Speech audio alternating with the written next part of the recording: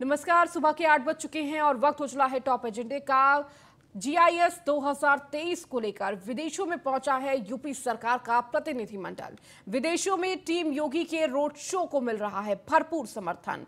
On the spot हो रहा UP में निवेश के लिए एमओयू। जर्मनी, कनाडा, मैक्सिको और यूके में किया गया रोड शो। तो यूपी में इज ऑफ डूइंग और इज ऑफ स्टार्टिंग बिजनेस की दी गई जानकारी। व्यापारी समूहों पर प्रतिनिधियों के साथ की जा रही 1-to-1 मीटिंग। तो प्रदेश सरकार की नीतियों पर छूट से कराया जा रहा व्यापारियों को अवगत।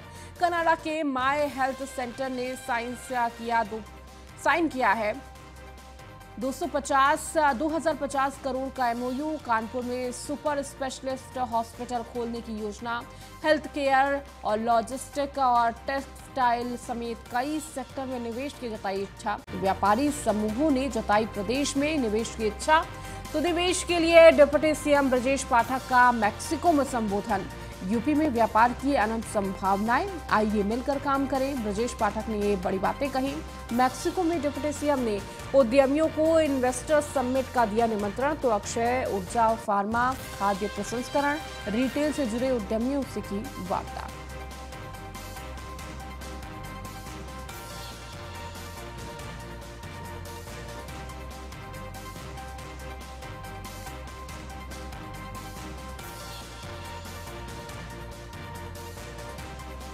तो आपको बता दें कि लगातार विदेशों का दौरा इस वक्त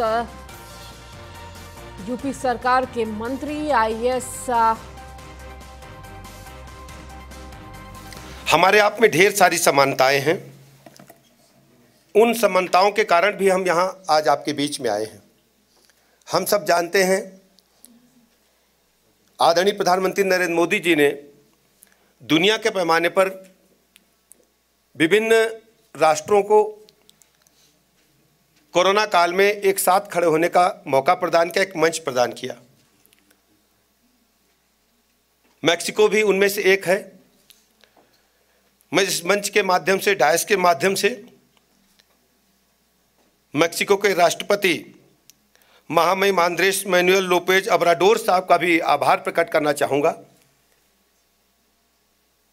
जिस ढंग से उन्होंने मैक्सिको के लोगों की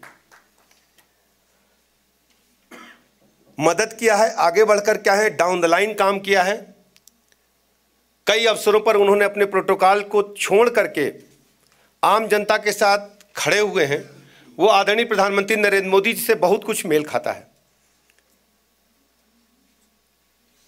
मैं कह सकता हूं कि मैक्सिको और भारत की ढेर सारी समानताएं हैं। हमारा कल्चर एक जैसा है, हमारा रहन सहन एक जैसा है, हम दोनों के पास अपनी सांस्कृतिक विरासत है और हम लोगों का मन भी एक जैसा है। हम लोग हमेशा एक दूसरे की मदद के लिए खड़े रहते हैं। उत्तर प्रदेश राज्य हिंदुस्तान का सबसे बड़ा आबादी वाला राज्य है। हमारे पास लगभग 24 करोड़ लोग रहते हैं। हमारे आप में ढेर सारी समानताएं हैं। और लगातार हमारे सहयोगी भी अश्विनी हमारे साथ जुड़े हुए हैं। अश्विनी, जिस तरह से लगातार मंत्रियों का विदेश दौरा देखने को मिल रहा है, इस दौरान ग्लोबल इन्वेस्टर्स समिट को लेकर कहीं ना कहीं जो विदेशी इन्वेस्टर्स हैं वो अब उत्तर प्रदेश में आने के लिए अपनी इच्छा भी जाहिर कर रहे हैं और यही मकसद था जो लगातार विदेशों में रोड शो किया जा रहा था और उसको अच्छा रिस्पॉन्स मिल रहा है वहां पर।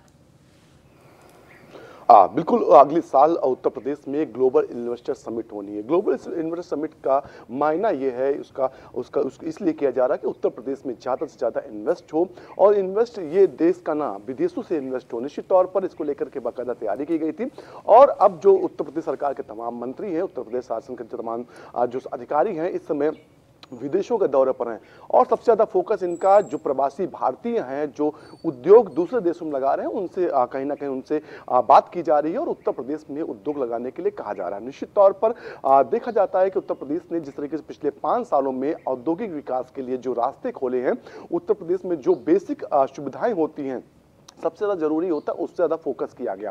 क्योंकि किसी प्रदेश में अगर कोई इन्वेस्टर आता है तो निश्चित तौर पर वहाँ की 3 चीज़ों पर विशेष ध्यान देखता है। पहली तो सड़कें कैसी हैं, दूसरी बिजली कैसी है और तीसरी वहाँ की कानून व्यवस्था कैसी है।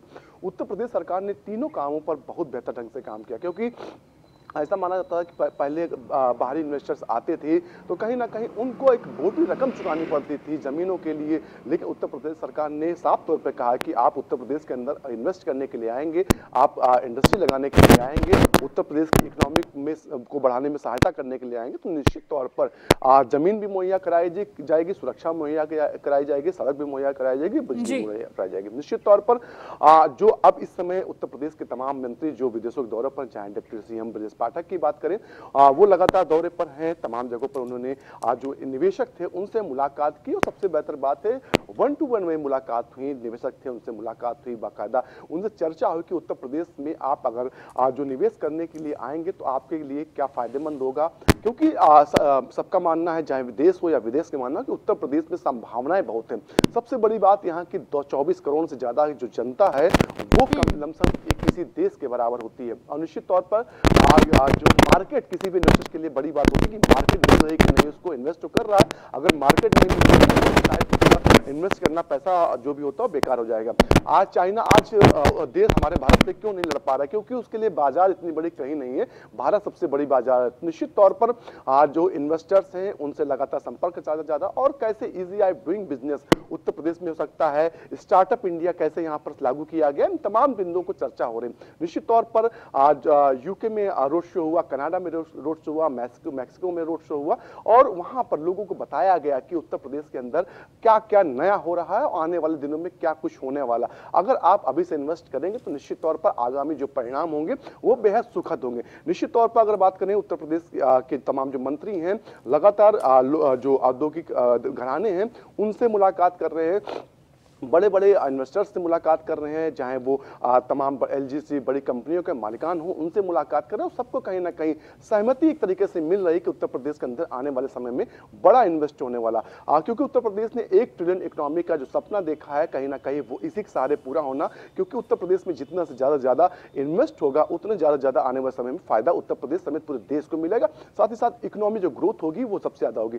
निश्चित तौर पर इस समय अगर बात करें तो अब तक जो तमाम बिंदु पर चर्चाएं भी हुई, साथ ही साथ तमाम एमओयू भी साइन हुए, जिसमें से कनाडा के माई हेल्थ सेंटर ने 2050 करोड़ का एमओयू साइन किया उत्तर प्रदेश के साथ में। निश्चित तौर पर ये अगर हेल्थ सेंटर खुलेगा, ये हाईटेक हेल्थ सेंटर होगा, इसके बाद बात करें ये स्पेशलिस्ट हेल्थ सेंटर होगा, तमाम अत्याधुनिक सुविधाओं से लैस होगा, इसमें मेडिकल कॉलेजेस भी होंगे।